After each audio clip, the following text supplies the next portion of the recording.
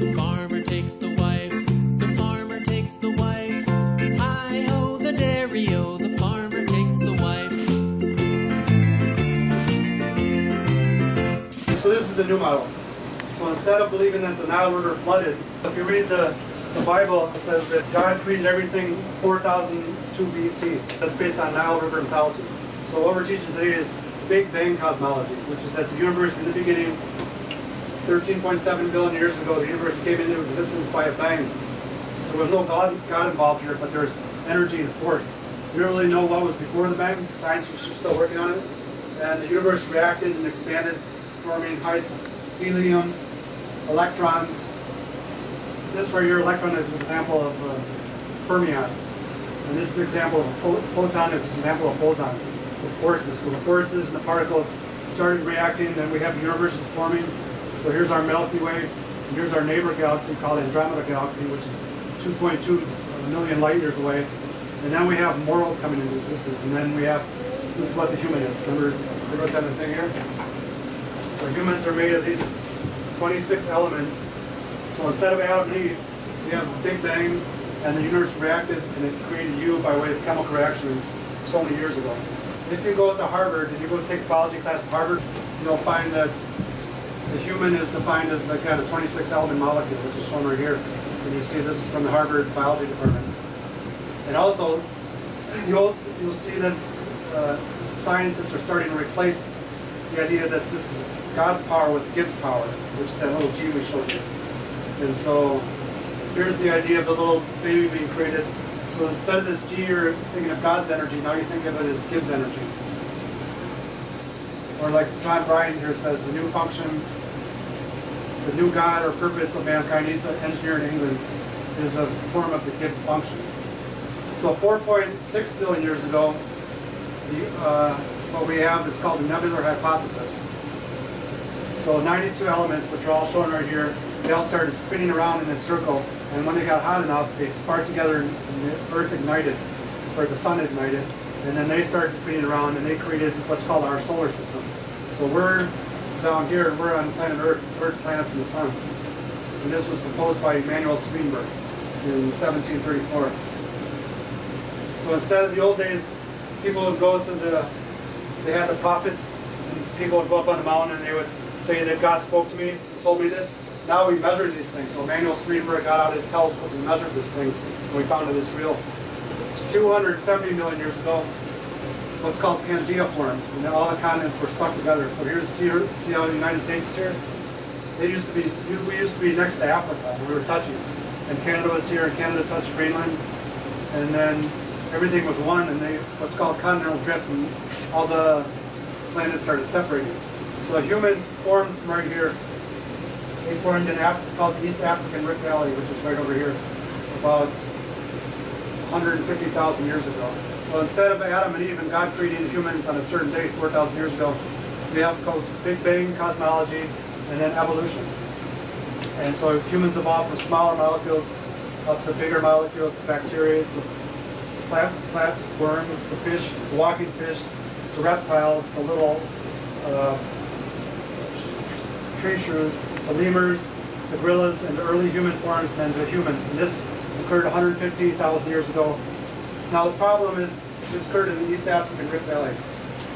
So one of the reasons we're doing this class today is because when you get to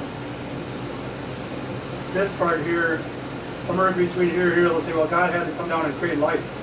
And now we understand that life is not something that's sparked at a certain day. Rather, it's just an increase in atomic movement. So we're going to watch a video where this conflicts with religion. Evolution is a fact. It's documented by science to the same degree Napoleon is by history. In our schools, where the teaching of evolution has become a hugely sensitive issue for science teachers. This is a high school in England. They have this problem in England, just like we have the problem in the United States. So when you take the biology class in high school, when you get to evolution, people are going to skip over everything I've just taught you. They'll just say, well, they'll spend an hour teaching the class, but we'll watch what they say behind the scenes when they interview them.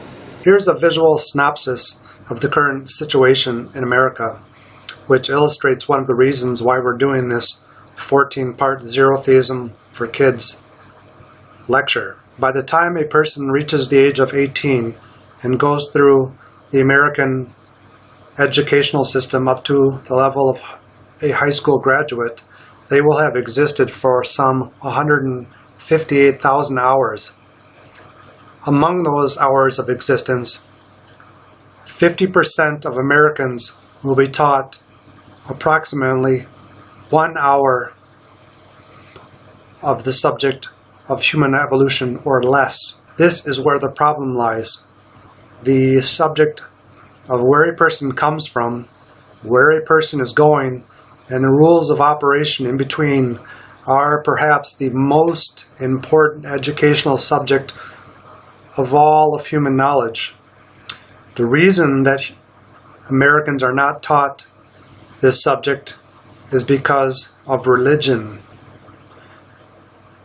In the name of mythological morals and meaning, there has been a roadblock on the teaching of physics and chemical-based human evolution in the American educational system nearly since the formation of America as a country.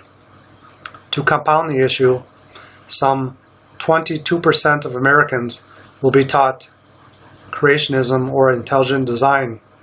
Mommy, my brain is getting bigger by the minute. Oh, good. That means you're healthier. We'll take a break in a few minutes then. Let's just watch The science teachers. This is multicultural Britain, and one of its fault lines runs straight through our children's classrooms. How do we reconcile scientific truth with the deeply held convictions that bind religious communities? Charles Darwin was the first person to grasp the extraordinary idea that life on Earth had evolved without the intervention of any god. This is incorrect. Charles Darwin was not the first person to grasp the idea that animals and humans had evolved over time without the intervention of any god. In fact, he was the fourth person, according to his own historical sketch, as attached to the third edition of his Origin of Species, published in 1861, in reaction or defense of the accusations that he had not sufficiently considered his predecessors on the origin of the species. He states that it is a singular instance in which similar views arose at about the same time. Goethe in 1784, Erasmus Darwin, his grandfather, in 1894, and French naturalist Geoffroy Saint-Hilaire in 1828. Correctly then, Charles Darwin was the fourth person to grasp the idea that things had evolved over time without the intervention of God. And more importantly, Charles Darwin and his grandfather were freethinkers, but quiet freethinkers. And I've always been intrigued by how he himself wrestled with what that meant for religion. Geoffroy Saint-Hilaire, in reference to the question of God, was a deist. That means he believed in God, but also in a law-like universe with no supernatural interference occurring in the details of operation or existence. Darwin was deeply worried about how religion spread, not through reason and evidence, but by being seeded in children's minds at a young age at school. Goethe, however, directly grasped the implications of the fact that humans had evolved over time from earlier forms and its direct bearings on the question of religion. And after discovering evolution in 1784, he pushes the button or the question further with attack on the sixth commandment, in that if humans are chemical species that react together, then biblical morality comes under suspect and regulated or reformulated according to the manner in which atoms and molecules react together at the lower chemical level. Heinrich Heine, who reviewed his 1809 elective affinities, said that this new theory overturns everything holy. He wrote that it would become as difficult for them to throw off their belief in God as for a monkey to throw off its instinctive fear and hatred of a snake. So the reason we're teaching you this is to we'll give you the best evidence first. Now, Charles Darwin, back in his day, they were so held to the Bible so tight that some schools wouldn't teach evolution. So he had to send his kids to a special school. The compromised values of multicultural Britain mean that teachers hesitate to offend the religious beliefs of their pupils, even when these directly contradict scientific fact. I took a science class from Park High School in North London, fossil hunting.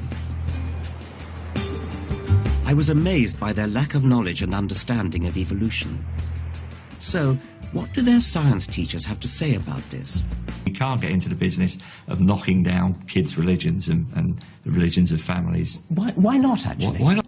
Because we teach science, and I would not feel comfortable talking about anything but science. For some students, truth isn't something they see coming through science, even though our emphasis is on ideas and evidence to support these ideas.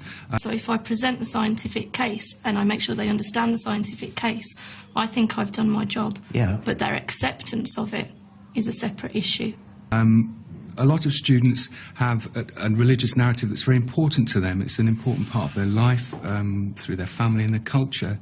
What he's trying to say here is people in Europe, in England, and also in America, there's a big tension about teaching science. Anything conflicts with what it says in the Bible, then people, they just won't teach it to you. So when you go to high school and you take a biology class, they'll just ignore the subject. Or maybe they'll give you an hour of it. So what we're doing with this video is just teaching the whole thing and not ignoring it like they're doing. They just shut up about the whole subject. Would it be too unfair to suggest that these well-meaning teachers are running scared? Who could blame them? This is another incorrect assumption made by Dawkins, who sugarcoats the issue with the passing jibe that teachers are running scared.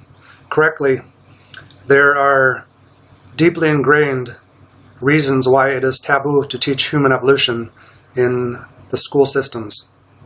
Here are 3 examples. In 1925, John Scopes was arrested for teaching evolution.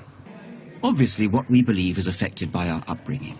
But that doesn't mean we can't change our minds. In 2005, in Dover, Pennsylvania, several science teachers had their jobs threatened, and some had to leave the district over efforts of religious fundamentalist school board members Alan Bonsell, an auto mechanic, and Bill Buckingham, a retired police officer, who were concerned over the lack of morality being taught in the high school, and therein wished or worked to push intelligent design and creationism into the school board. Bonsell wanted evolution taught as fiction, and Buckingham wanted it taught to students that Darwinism was poison and that it was inexcusable to teach that man descended from apes and monkeys. We all have the right to see the evidence and re-evaluate our beliefs. These science teachers shouldn't be afraid to spell out the scientific truth derived from evidence. The most violent of these was the 1974 Kanawha County textbook controversy, wherein during that year citizens protested over a newly adopted set of course books that were to be taught to the some 46,000 students attending the county's 124 public schools. Among these new textbooks was the autobiography of Malcolm X, wherein Malcolm X states, "All praise is due to Allah that I moved to Boston when I did. If I hadn't, I'd probably still be a brainwashed black Christian." I don't see that we can expect to convince them just by showing them the evidence. Really? Why not? Well, because they've got other evidence which they've been brought up with throughout their lives. But that's not evidence. No, to them it's evidence, though, isn't it? And to their parents. The wife of a local preacher, Alice Moore, read this quote and sparked the debate. After which, in the aftermath, some 10,000 miners went on strike. Schools were bombed, police were shot at, schools were closed, and one person was shot over concerns, for example, that books taught that God was a myth, as shown on his protester's sign, or that students were told to read the Bible story of Daniel and the lion's den and compare it to Aesop's fable of Androcles and the lion, which suggested that at the bottom, both the Bible and Aesop's fables were myths. We're talking about something very fundamental here. We're talking about young people. We're talking about identity. It's not our place to fly the banner of science and say there's no room for anything else. Here's a visual synopsis of the situation, in that in the 21st century, knowledge has grown so much so that it is now no longer a matter of simply telling children the evidence. For example, teaching them fossil evidence, or teaching them that humans have DNA which is 98% similar to the chimpanzee. All we can do is present science. This is a way of thinking. This is science has given us so much. This is one way of interpreting life. Correctly, we need to unpack the underlying questions that the evidence raises. For example, if humans evolved over time according to evolution or Darwinism, and also humans derived from chemicals which are not alive, carbon, hydrogen, nitrogen, and oxygen, at what point did these chin-ups, atoms, or elements start struggling to survive to eventually form me? This brings to the fore the deeper questions of purpose, meaning, goals, and morality, which traditionally, over the last 2 centuries, have been rug swept under the carpet of evolution theory. Henceforward, when biology classes are taught, the rug needs cleaning. We believe one this way is of interpreting. We believe this is the way because we are scientists, but it's not my place to tell you that you're wrong. Henceforth, scholars who teach human evolution are advised to take their evolution theory carpet outside into the fresh air and beat it a few times with their broom to let the historical dust peter out of their mind and let in the light of modern science. We believe it because we're scientists. Do you really mean that? Or do you mean we believe it because the evidence is there in the rocks? That's what I'm saying. That's yes, what, because I'm a scientist and that's the way I view no, the it's world. not because you're a scientist, is it? Now we're going to watch a quick video, like a 2-minute video on this guy, Neil Shubin. I mean, it's there. The evidence is there. Their evidence is not there. It's just made up. Remember how we talked about how there was a big explosion, and then 13.7 billion years ago, and then the human formed as a molecule. And this guy wrote this in 2013. So now he's going to talk about how these molecules, they started as small molecules, and they got bigger, they started moving around, and then he's going to talk about this part right here. Welcome back. My guest tonight is an evolutionary biologist who says that mankind evolved from fish. Great. Now, not only will your grandfather order the scrod, he is the scrod. Please welcome Neil Shubin. Your book has a provocative title. It is called Your Inner Fish. Well, actually, so living bones actually appear in fish like this. Is this the Tiktaalik rosea? It is Tiktaalik. Yes. This is that's a cross between a fish and a lizard. Actually trace some of that fish has the first neck in the fossil record. So what we can do is actually trace some of our own anatomy to a fish like this. So here's what they're talking about. It's called the Tiktaalik rosea, a fossil for one of the first forms of walking fish, shown here, discovered by a team led by Shubin in 2006 on the island Ellesmere, Canada. Tiktaalik rosea is one of the first creatures to actually live in the shallows, thus giving evidence for one of the missing links of evolution of humans to fish. In 2008, Shubin published the results of his findings in his Your Inner Fish, which they're discussing in the video. And in 2013, he followed this up with his book called The Universe Within, wherein he shows how humans evolved not just from fish, but backwards in times to molecules and atoms. And he cites the 2022 element Stirner-Elser human molecular formula, as we've been showing in this video. What is it with evolutionary biologists that they just can't let people think what they want about themselves. Well, we're constrained by the data. Here's a visual of the situation they're joking around about. Colbert says jokingly, "I can believe what I want." I mean, we are constrained by See, I am not constrained by data. I can believe what I want, but... Shubin responds with, while he laughs, "We're constrained by the data.